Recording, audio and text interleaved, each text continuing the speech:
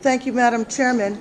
This is a joint intervention in behalf of the Indigenous World Association and other affiliate Indigenous organizations. In the interest of time, I'll be tapering my presentation. We're bringing two recommendations to the Permanent Forum regarding economic and social development.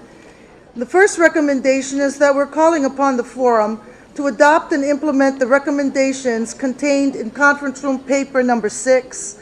We congratulate and thank the Chair of the Forum for her most excellent report entitled Oil Palm and Commercial Tree Plantations and Monocropping.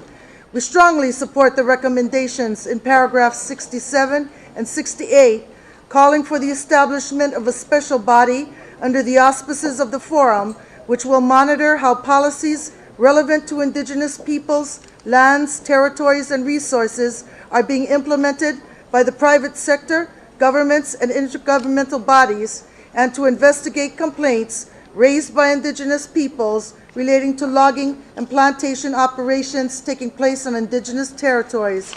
We request, in addition, that the Forum experts and special rapporteurs specifically include and make reference to the impact of the European Union Biofuels Directive of 2003 and the U.S. policy relating to bioethanol as set forth in the State of the Nation address of President Bush in February 2006.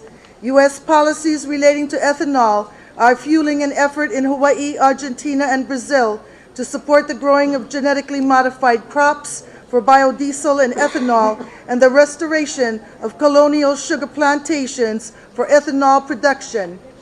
Our second recommendation calls upon the Forum to authorize and undertake a study on best practices of Indigenous peoples, states, and NGOs relating to the sustainable use and development as well as management of lands, territories, and resources. As we seek solutions to the issues of sustainable economic development, we must inform ourselves of creative initiatives being pursued by Indigenous peoples and states that are providing us with models and practices that work. In the Pacific, in Fiji, and Miloli'i, Hawaii, Indigenous peoples are proving that traditional approaches and modern science can work together to restore and protect inshore marine resources. This model has now been recognized by the IUCN and other environmental NGOs as a global prototype for marine resource management and development.